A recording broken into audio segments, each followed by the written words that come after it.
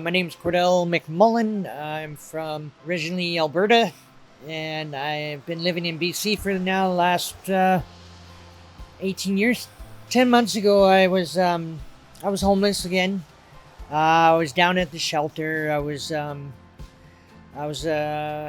I'd been there for about 3 months this time since my last relapse last December. I got pretty heavy into my addiction again, using speed and fentanyl, but mostly speed. And I got sepsis, and I had a bad health scare there where I almost died. I came to ask for some help down at this outreach on Clearbrook Road. This place got me a bed at Joshua House, and I haven't looked back since. And that was March 29th, 2022. There's a brotherhood for sure. I mean, they actually do watch you grow. And if you're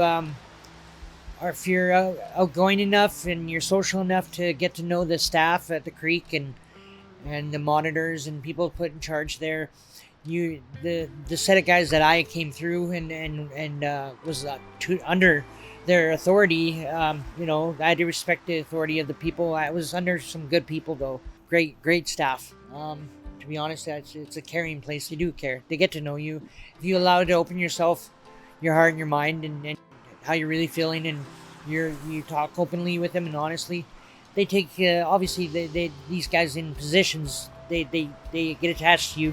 They do see you grow. They see you change if you're putting the honest effort in, and they kind of walk along with you, and they do support you. They'll push you. They don't challenge you. There's no real you just feel welcome. The staff were quite easy. They didn't judge me.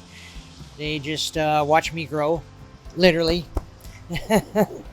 And I was like 130 pounds soaking wet, just coming off sepsis, clothes on my back, and I showed up with my heart in my hand, and ready to put an honest effort. I was humble, and I was genuinely at my worst point in my life. So what has God done for your life now? He's given me the power to get through almost a year sober.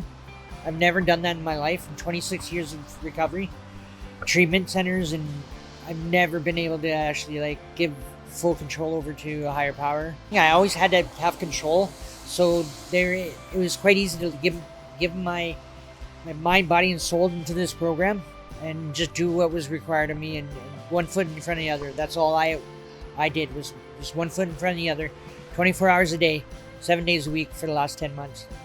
My life hasn't totally changed. I've got my family back. My stepmom, she adopted me at birth, and we had a falling out for 6 years. She wasn't talking to me. I didn't have her phone numbers, no address, no letters, no calls, no Christmas gifts, no birthdays, no hello. For 6 years, my mom, my sisters disappeared. So I was left on my own.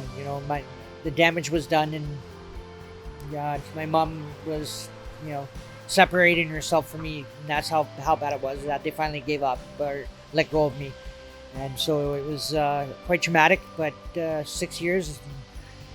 But now that they see that I'm changing, and they see that I'm putting in honest effort, and it's a faith-based program, which my mom always wanted me to.